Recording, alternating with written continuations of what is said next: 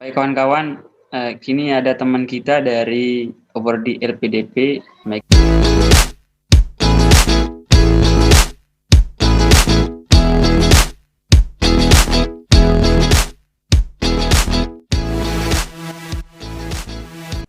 Apa ada amalan-amalan tertentu ya makanya mudah ini Itu ngurus segala aku pemberkasannya? kalau amalan aku tuh satu Mas, di Al-Qur'anku itu selalu aku tulis kata-kata yang isinya itu impian aku. Kayak misalkan aku pengen daftar LPDP, itu bener-bener aku nulis di secari kertas kan, ya Allah aku pengen banget bisa lolos LPDP tahun 2019 gitu dengan Itu di mimpian terus Al-Qur'an? Maksudnya itu aku tulis di kertas terus dimasukin Al-Qur'an. Terus di Al-Qur'an itu diapain Al-Qur'annya? Tiap hari kan dibaca Mas, jadi secara tidak langsung aku mendoakan impianku setiap hari. Oh gitu. Selama berapa waktu itu dikerjain? 2018. Dari tahun 2018? 2018. Berapa tahun Dari sebelum jadinya? Setahun berarti ya? berapa Mas? Tahun lebih lah, setahun setengahan, ya 2 tahun Kak. Sampai sekarang pun aku sering kok nulis yang kayak gitu-gitu, karena aku berpikir gini, impian kan bener-bener harus kita tulis dan harus kita doakan, ya kan. Entah itu impian akan terwujud atau enggak, setidaknya kita sudah berusaha dan berdoa, gitu. Nah, dapat ilmunya seperti itu Kak, di mana sih? Mikir sendiri. Aku tuh orangnya kan sotoy Mas, aku kan bener-bener orangnya tuh sotoy banget. Jadi, ya aku berpikir kalau yang namanya kayak aku tuh ngirim surat ke Allah lewat Al-Qur'an, kayak gitu loh.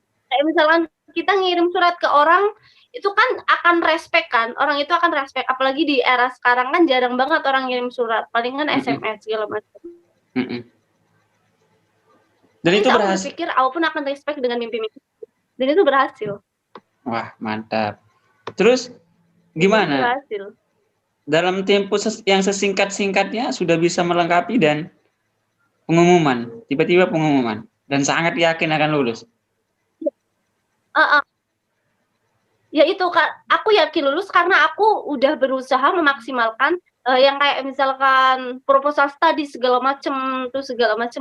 Aku tuh kan pas itu kan kayak bikin proposal study, rencana study kan kita harus lihat banget tuh tujuan univ kita, ya kan, segala macem. Lalu aku bener-bener kayak tiap hari tuh mantengin beberapa univ yang aku cantumin ke LPDP tuh biar aku tuh kayak paham apa yang aku tuju gitu.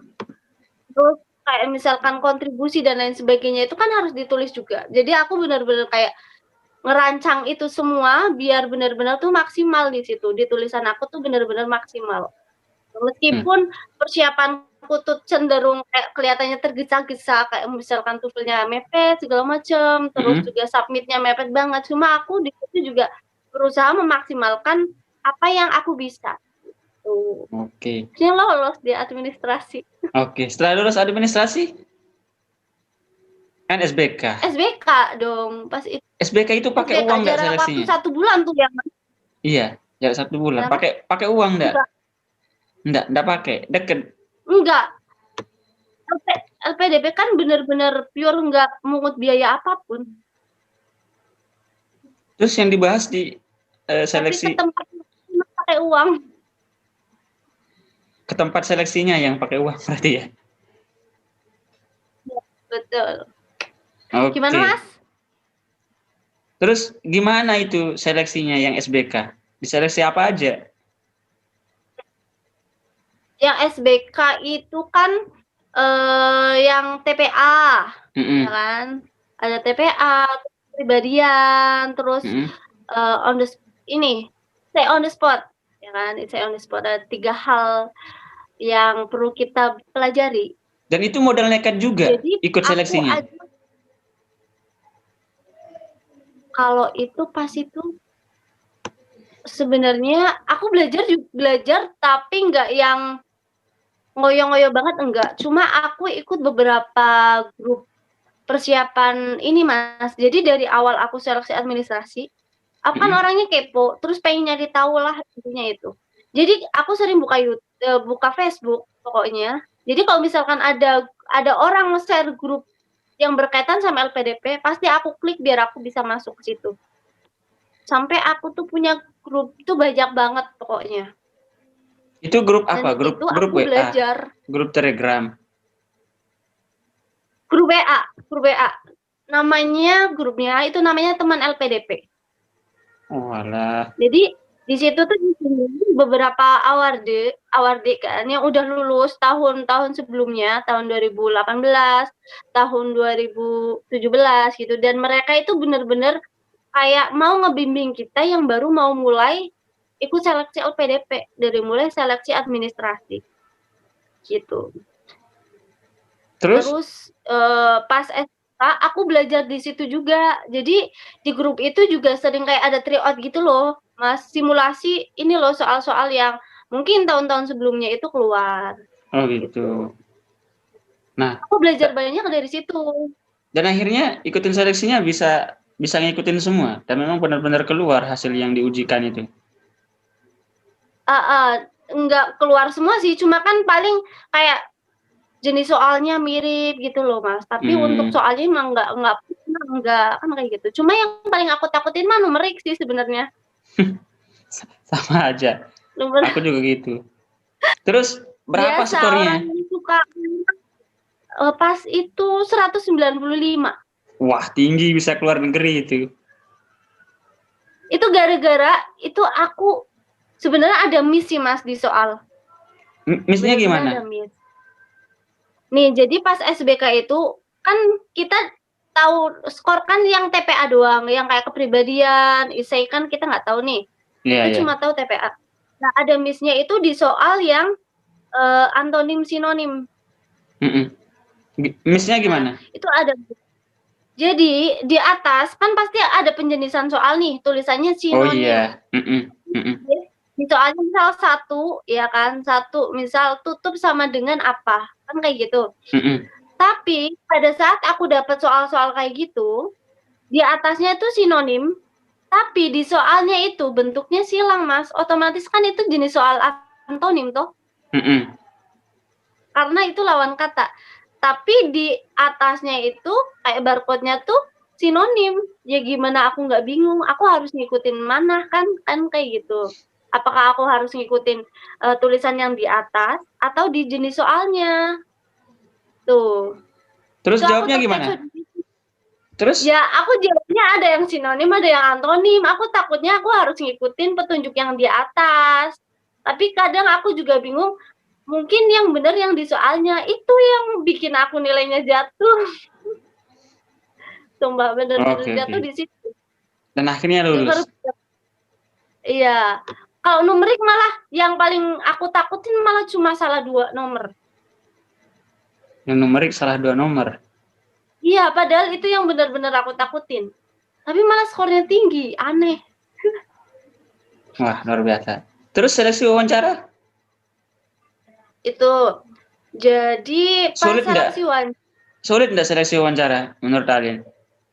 Sulit enggak sulitnya tergantung kesiapan kita. Kalau kita nggak siap, pasti akan terasa sulit. Tapi kalau kita udah siap, udah prepare segala macam, itu pasti akan terasa mudah. Oke, gimana cara mempersiapkannya, Lin? Itu yang pertama aku sering latihan, simulasi sama orang-orang yang mungkin sama orang-orang yang sudah lolos kan LPDP sebelumnya dan sama teman-teman yang baru mau berjuang. Jadi kita yang sesama peserta yang mau wawancara gitu, kita tuh saling mewawancarai satu sama lain.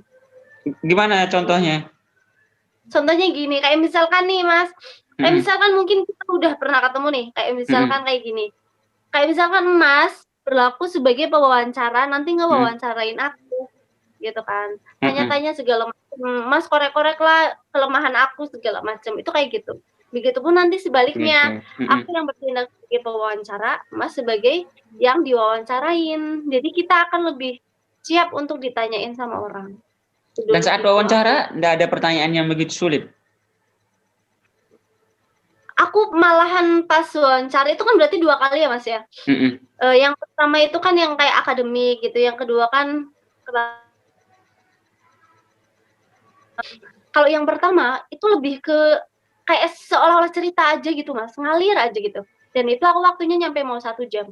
Itu ngalir banget. Nggak ada. Dan aku ada tipsnya loh Mas, biar ngalir banget. Gimana tipsnya? Aku bawa portofolio sebanyak ini. Portofolio yang kayak gimana sebanyak itu? Dan apa mau aku tunjukin contohnya? Aku masih ada. Itu portofolio apa aja yang banyaknya kayak gitu? Boleh. Intinya kayak gini lah. Itu isinya apa Jadi, aja itu portofolio yang segitu banyaknya?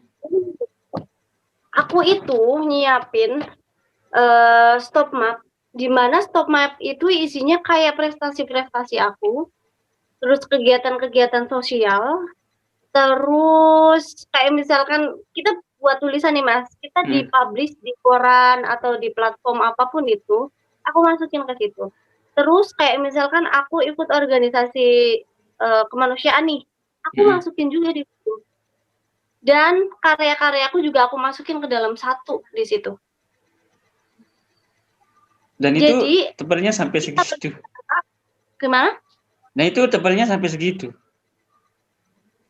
Seginian sih Mas kayaknya deh. Soalnya aku ngeprint semuanya, aku tak print semua. Kayak misalkan aku juara ini segala macam, kayak misalkan kayak pas apa ya?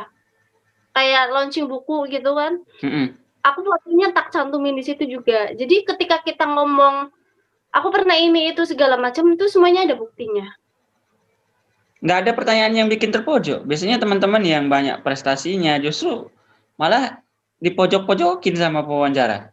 Nah, Alin gimana caranya biar nggak terpojok? Kalau Alin, caranya biar nggak terpojok, satu, kita menguasai apa yang akan kita ucapkan, dan kita menguasai diri kita sendiri. Kayak misalkan kita punya prestasi ini nih, kenapa kita bisa sampai punya prestasi itu? Ya kan? Dan prestasi itu bermanfaat nggak buat kita? Bermanfaat nggak buat orang lain? Itu yang pertama. Terus yang kedua, sebisa mungkin kita ngomong apa adanya. Jangan dilebih-lebihkan dan jangan dikurang-kurangi. Kan biasanya banyak orang yang punya prestasi banyak, cuma terlalu kayak dilebih-lebihkan. Banyak kalimat-kalimat yang dimajasin gitu ya Mas, intinya itu. Dan itu malah membuat orang tuh banyak tanya di situ, malah nanti kayak memojokkan kita.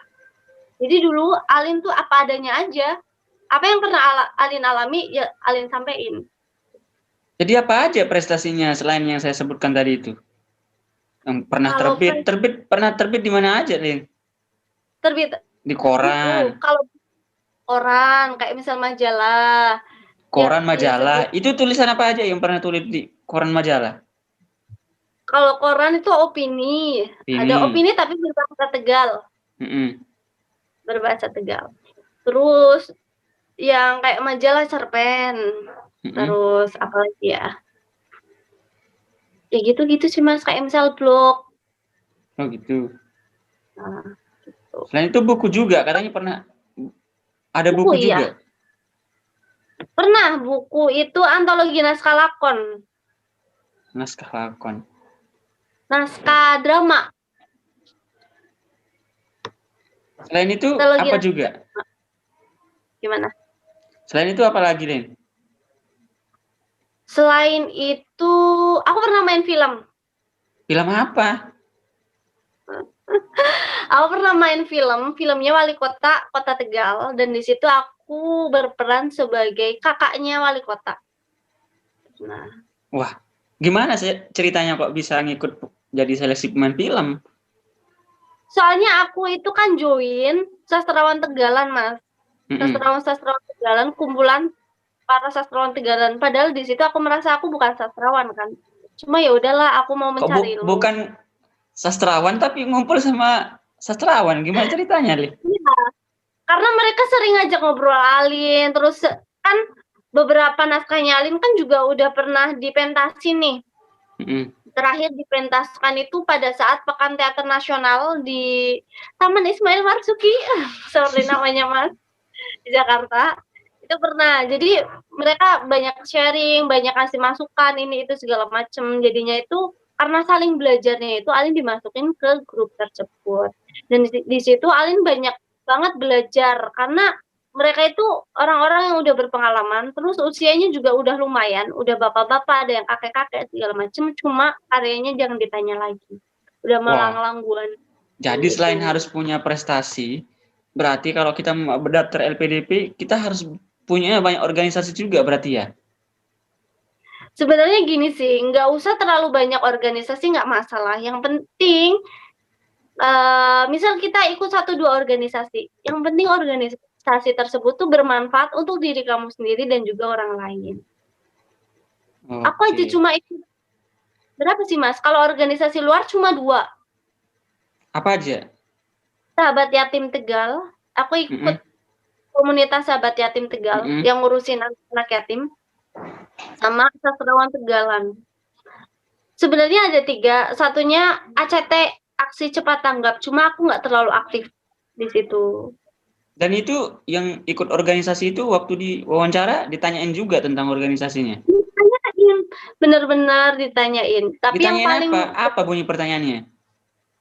yang paling banyak diulas sih yang ini sih, Sahabat Yatim Tegal. Kayak misalkan, ya seputar pengorganisasian, gimana kita ngelola organisasi, ditanyain kalau misalkan di organisasi kamu itu ada anggota yang tidak aktif, ya Mhm, kan? mhm. Gimana sikap kamu? Itu yang pertama. Terus kalau misalkan ada perbedaan pendapat antara kamu dan juga ketua, sedangkan di situ kan posisinya aku sebagai sekretaris nih, Mhm. apa yang akan kamu lakukan untuk, mencari solusi dari permasalahan tersebut? Kayak Nah, itu jawabnya gitu. kayak gimana? Kalau pas waktu itu, aku jawabnya gini, kalau misalkan kita ada beda persepsi, beda pendapat antara ketua dan sekretaris ataupun anggota, kita harus duduk bareng di situ, kita harus saling terbuka. Apa pendapat kamu, apa pendapat saya, apa pendapat teman-teman yang lain. Jadi kita saling bertukar pendapat dan kita cari pendapat yang terbaik yang, tidak merugikan sebelah pihak, intinya itu. Jadi biar, enak ke depannya, jalannya enak karena ada keterbukaan. Tapi kalau misalkan tidak ada hal kayak gitu, misalkan di belakang kita ngomong ini itu segala macam, yang ada nanti organisasinya pecah. Iya. Bukannya, prokernya jalan malah terhambat cuma karena persoalan ego per individunya yang nggak bisa diturunin. Tuh, Oke, jadi siap. pengelolaan ego masing-masing individu dalam organisasi itu penting banget sih. Tuh, Siap. aku jawabnya kayak gitu. Dan Oke. organisasi bener-bener dikulik banyak banget sih, Mas, apalagi sama yang, apa ya, bagian apa aku nggak tahu, lupa. Pokoknya bener-bener dikulik banget gimana kita cara mengatasi problem, bagaimana cara kita mengelola, bagaimana, apa ya, tujuan kita dan lain sebagainya itu bener-bener diulik. Terus ada satu hal yang menarik sih, Mas, yang pas itu aku terkesan di pojokan sih sebenarnya. Apa? Ketika mereka tuh bilang gini, aku kan punya beberapa karya dan itu sudah dipentaskan nih, Mas. Kayak Mhm. misalkan buku juga ada.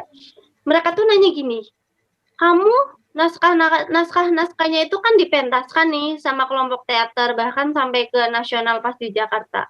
Mhm. Apakah kamu dapat fee dari itu semua? Terus? Apakah kamu dapat royalti dari itu semua?" Mhm. Tuh yang pertama. Terus Terus gimana? pada iya, terus pada saat itu aku jawabnya gini, Mas, karena aku kan emang nggak dapat fee dan aku nggak nuntut fee kan dari Mhm. karya-karyanya aku, karena aku berpikir gini, aku berkarya karena hatiku, gitu kan, karena aku bener-bener ikhlas berkarya sesuai dengan kata hati. Dan perihal royalti itu bukan hal yang, menjadi karena ketika karya kita sudah dihargai orang lain, kita itu sebagai penulis itu merasa bangga, "Oh ada yang suka ya sama karyaku, oh ada yang mengapresiasi ya karyaku," kayak gitu. Dan aku jawab kayak gitu ke mereka gitu. Terus Ketika mereka karyaku bilang sudah apa? gimana? Mereka bilang apa pewawancaranya? Gini, "Ya, itu sih bagus gitu, tapi seharusnya kamu bisa dapat royalti dari itu semua. Kan kasihan kamu juga, sudah susah payah mikir, sudah susah payah membuat karya, karena kan membuat karya itu kan nggak mudah, apalagi kan naskah drama kayak gitu kan. Mhm. Seharusnya kamu bisa dapat penghargaan atas itu semua." Kayak gitu. Terus Mereka Alin jawab apa? gimana? Terus Alin jawab Alin gini, jawab apa? Alin jawab gini, "Iya Bu, cuma, saya merasa kalau misalkan karya saya sudah diapresiasi, sudah dihargai, itu adalah bentuk royalti yang sesungguhnya. Karena saya Wah, berkarya, mantap. lewat hati saya gitu loh, bukan menghendaki ada fee dari itu semua.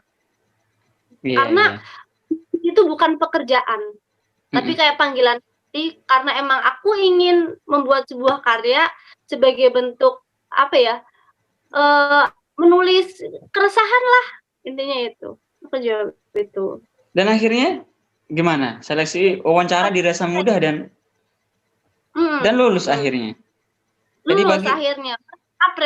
Apresiasi banget. jadi bagi Alin, beasiswa LPDP itu dengan modal nekat dan bisa lolos. Iya, Nah, karena kita kira-kira tahu nih, diri kita sendiri. kira-kira nih dari Alin kalau boleh tahu apa sih tipsnya bagi teman-teman yang akan lamar beasiswa LPDP? Boleh enggak kalau teman-teman yang di luar sana mau daftar beasiswa LPDP modal nekat juga gitu? Boleh banget. Yang pertama gini, buat tips ya buat teman-teman Oke. yang mau daftar LPDP. Kalau Oke. misalkan kalian selalu ngomong gini, "Aku mau daftar LPDP lah modal nekat." Itu nggak masalah, yang terpenting kamu yang pertama sudah ada niatan dari hati kan, Oke. meskipun ada kata-kata modal nekat. Tapi ketika kamu sudah nyemplung, ya, udah masuk seleksi ini itu segala macam, modal nekat itu akan dipersiapkan menjadi hal yang besar yang bisa menjadikan kamu tuh lebih matang, lebih siap ketika menghadapi seleksi. Itu yang pertama sih. Terus yang kedua, meskipun modal nekat, cuma kamu harus benar-benar tahu potensi yang ada di diri kamu dan, potensi itu bisa dilirik oleh orang lain, bisa dilihat oleh orang lain dan, potensi itu kayak seolah-olah bisa menjadi permata yang bisa dilirik oleh orang lain. Tuh, Oke. itu yang kedua. Yang ketiga, meskipun modalnya nekat, cuma kalian pun jangan menutup hati, jangan menutup diri untuk tidak tanya kepada orang lain yang lebih berpengalaman. Karena Oke. bertanya adalah awal kamu mempersiapkan segala sesuatunya. Oke.